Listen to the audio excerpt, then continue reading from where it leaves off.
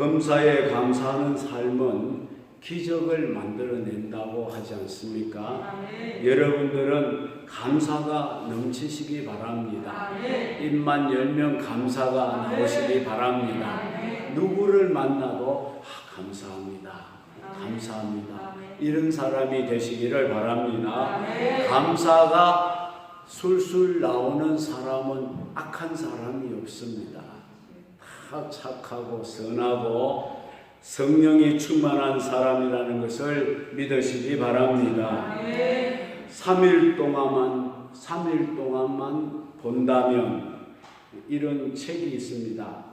헬렌 켈러의 이런 글이 있는데, 만약 내가 이 세상을 사는 동안에 유일한 소망이 하나 있다고 하면은 그것은 내가 죽기 직전에 꼭 3일 동안만 눈을 뜨고 보는 것이다, 이렇게 말했습니다.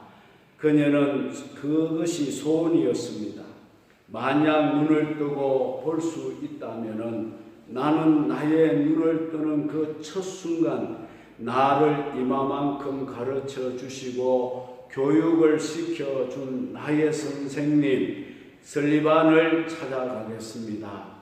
지금까지 그의 특징과 얼굴 모습을 내 손끝으로 만져서 알던 그 인자한 얼굴, 그리고 아리따운 그 몸매 등을 몇 시간이고 물끄러미 바라보면서 그의 모습을 내 마음속 깊이 간직해 두겠습니다.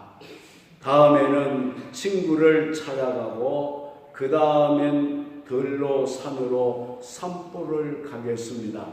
바람에 나풀거리는 아름다운 나무 잎사귀들, 들에 피어있는 예쁜 꽃들과 풀들과 그리고 저녁이 되면 석양에 빛나는 아름다운 노을을 보고 싶습니다. 다음날 이른 새벽에는 먼 동이 트는 웅장한 장면을 보고 아침에는 메트로폴리탄에 있는 박물관을 가보고 오후에는 미술관을 가고 그리고 저녁에는 보석 같은 밤하늘의 별들을 보면서 하루를 지내고 마지막 날에는 일찍이 큰 길가로 나가서 출근하고 있는 사람들의 얼굴 표정들을 보고 아침에는 오페라 하우스, 오후에는 영화관에서 영화를 감상하고 싶습니다. 그러다 어느덧 저녁이 되면 나는 건물의 숲을 이루고 있는 도시 한복판으로 나가서 네온 사인이 반짝거리는 거리, 쇼윈도에 진열되어 있는 아름다운 상품들을 보면서 집에 돌아와 내가 눈을 감아야 할 마지막 순간에 나는 이 3일 동안만이라도 볼 수 있게 하여 주신 나의 하나님께 감사하다고 기도를 드리고 영원한 세계로 돌아갈 것입니다. 비록 그녀의 소원은 그렇게 이루어지지는 않았지만 헬렌 켈러는 지금 하나님 나라에서 밝은 눈으로 아름다운 천국을 누리고 있을 거라 저는 생각해 봅니다. 그러므로 밝은 눈을 가지고 이 세상의 온갖 아름다움을 누리면서 이 세상을 사는 우리들의 감사는 끝이 없어야 마땅하리라 생각합니다. 창조주 하나님의 사랑과 은혜로 감사가 넘치게 되면은 5가지 기적이 일어난답니다. 첫째는 우울한 기분이 사라지게 된답니다. 감사가 사라지면 우울한 생각으로 가득 차지만은 감사를 드리고 나면 우울한 기분이 사라지게 되는 겁니다. 두 번째는 감사를 드리면 삶의 기쁨이 넘치게 된답니다. 감사가 사라지면 기쁨이 사라지고 원망하고 짜증을 내게 되겠지만은 그런 상황에서도 감사를 넘치게 하면 기쁨이 충만해질 거라고 했습니다. 세 번째는 감사를 넘치게 드리면 미래에 대한 믿음과 소망이 넘치게 된다라는 것입니다.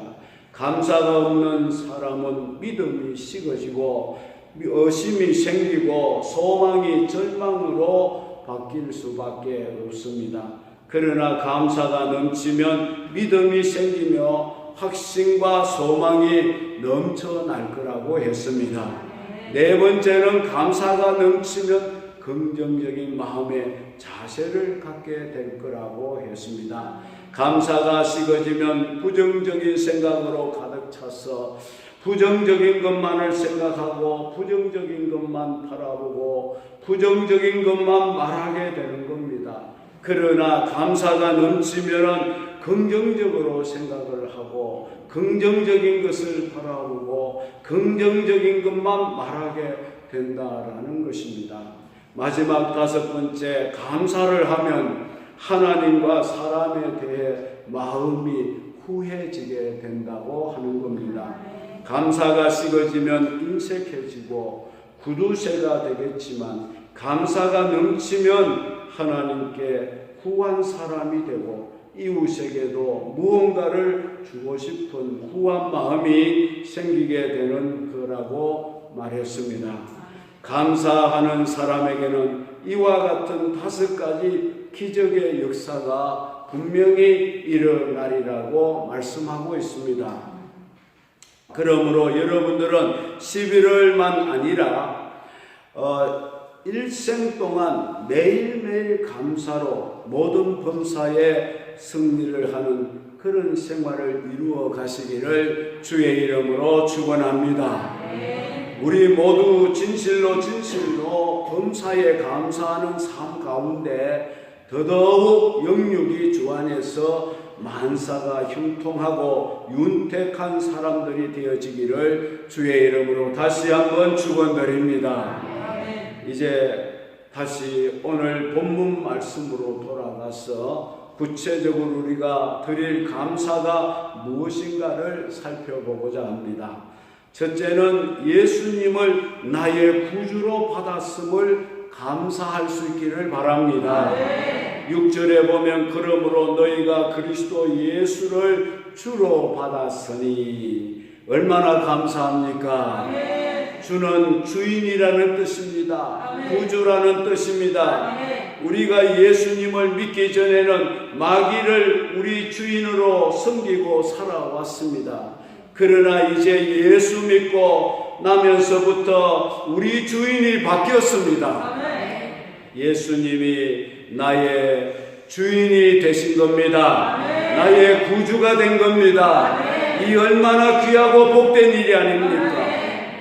예수님이 나의 주인이 되심으로 나는 주님의 소유가 되고 주님의 자녀가 되었습니다. 주님은 자기 소유는 알뜰히 살뜰히 챙기고 보살피고 보호하고 지켜주시는 겁니다. 끝까지 주님께서 책임지시는 겁니다. 그러므로 예수님이 나의 주인 되심을 여러분은 감사할 수 있기를 바랍니다. 주님이 나의 주인 되신다는 말은 주님이 나의 구주라는 뜻입니다. 주님이 아니시라면 우리가 어떻게 죄와 사망의 그늘에서 벗어날 수가 있었겠습니까, 여러분? 주님은 당신의 목숨으로 나의 죄값을 지불하시고 나를 주님의 것으로 만들어 주신 줄로 믿으시기 바랍니다. 이보다 더 큰 은혜가 없으며 이보다 더 큰 감사의 이유가 또 어디에 있단 말입니까? 죽었던 자가 다시 살아나는 것보다 더 큰 은혜와 축복은 또 없다는 말입니다. 그러므로 우리는 예수님이 나의 구주가 되어 주심에 대한 감사를 언제든지 하면서 살아갈 수 있기를 주의 이름으로 축원합니다. 두 번째입니다. 예수님 안에 우리가 뿌리를 내리게 되었음을 감사하라는 것입니다. 7절에 보면 그 안에 뿌리를 박으며 세움을 받아 교훈을 받은 대로 믿음에 굳게 서서 감사함을 넘치게 하라, 이렇게 말씀했습니다.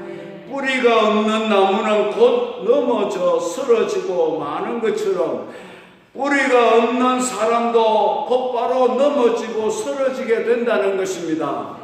우리가 뿌리가 있기는 하지만 그 뿌리를 잘못 내리면은 그 나무도 역시 고사당하고 말 것입니다. 우리 인생이 어디에 뿌리를 내리고 사느냐에 따라서 영생과 영벌의 삶으로 갈라지게 될 줄로 믿습니다.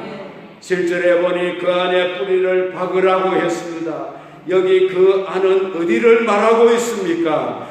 예수 그리스도 안에 뿌리를 박으라는 것입니다.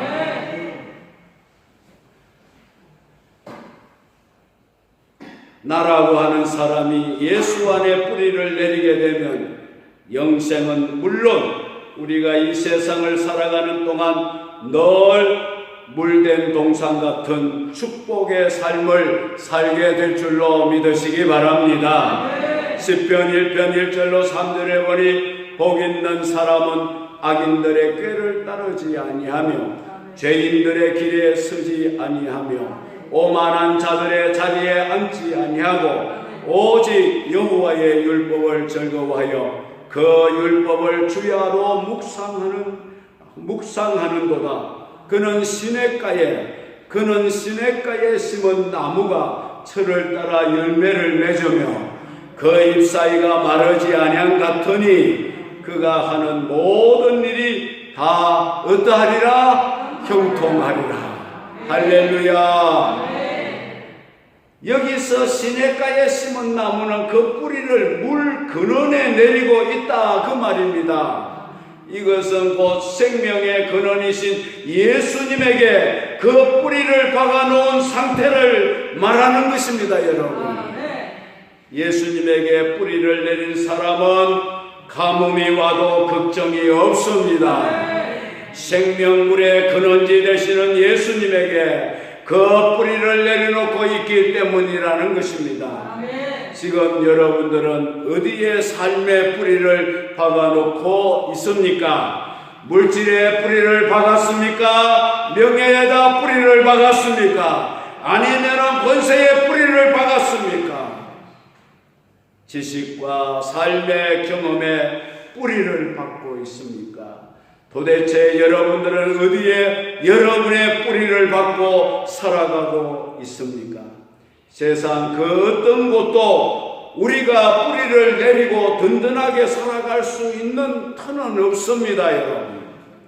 오직 우리의 생명의 근원 되시는 예수 안에 뿌리를 박고 살아야 우리가 이 생과 내생에 있어서 든든하고 풍성한 열매를 맺고 살게 될 줄로 믿으시기 바랍니다.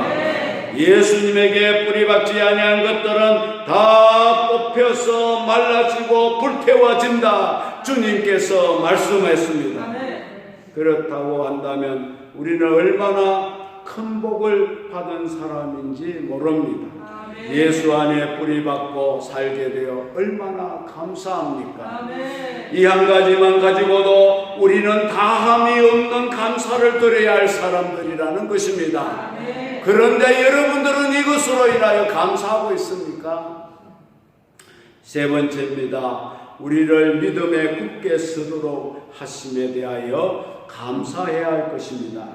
믿음에 굳게 서서 감사함을 넘치게 하라고 말씀하셨습니다. 믿음은 우리 속에서 자체적으로 생산을 할 수 있는 것이 아니라고 말씀드렸습니다. 믿음은 하나님이 하늘로부터 내려주시는 선물이라고 말씀하셨습니다. 변함없이 내가 하나님을 아버지로 믿게 되고 예수님을 나의 구주로 고백하게 되고 성령님을 나의 보혜사로 사랑하게 되고 우리가 이것을 믿을 수 있고 천국을 믿게 되고 영생을 믿게 되고 하나님이 주실 상급을 믿을 수 있다는 이것이 우리의 힘으로 되는 것이 아닙니다. 하나님이 우리에게 믿음을 주실 때에 이런 것들을 변함없이 믿고 살아가게 될 줄로 믿습니다. 에베소서 2장 8절에 너희는 그 은혜에 의하여 믿음으로 말미암아 구원을 받았으니 이것은 너희에게서 난 것이 아니요 하나님의 뭐라? 선물이라.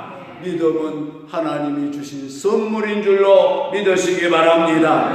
하나님이 우리에게 값없이 이 믿음을 선물로 주실 때에 우리가 이 모든 것을 믿고 그 믿음 위에 굳게 서서 살아가게 된다는 것입니다.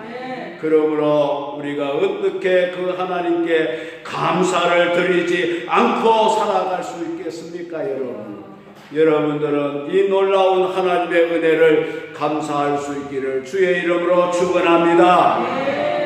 이제 말씀을 맺습니다. 만임이 있다 해도 그 입으로 하나님께서 나에게 주신 은혜를 다 감사하기에는 부족하다는 것입니다. 우리가 무엇이간데 예수님을 구주로 받아 내가 사망에서 생명으로 옮겨지는 복을 받았습니까? 하나님이 나를 사망에서 생명으로 옮기신 후에도 나를 예수 안에 뿌리를 내리게 하여 살아가게 해주신 이것이 얼마나 또한 감사한 일입니까? 시절을 쫓아 지금까지 아름다운 삶의 열매를 맺으며 살게 해주신 이것이 얼마나 감사할 일이 아닙니까, 여러분?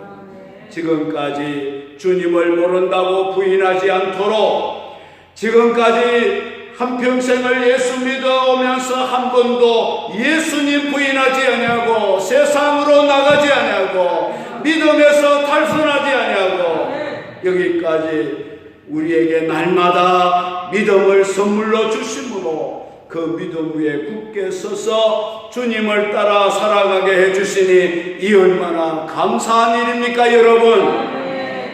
매일 매 순간 이 감사를 놓치지 마시고 살아가는 여러분들 되시기를 바랍니다. 감사하며 사는 사람에게는 하나님은 더 큰 은혜를 주십니다. 더 큰 축복을 주십니다. 더 큰 평강을 주실 것입니다. 하나님 앞에 감사하는 자가 되고 감사를 풍성히 하는 여러분들이 되시기를 주의 이름으로 축원합니다.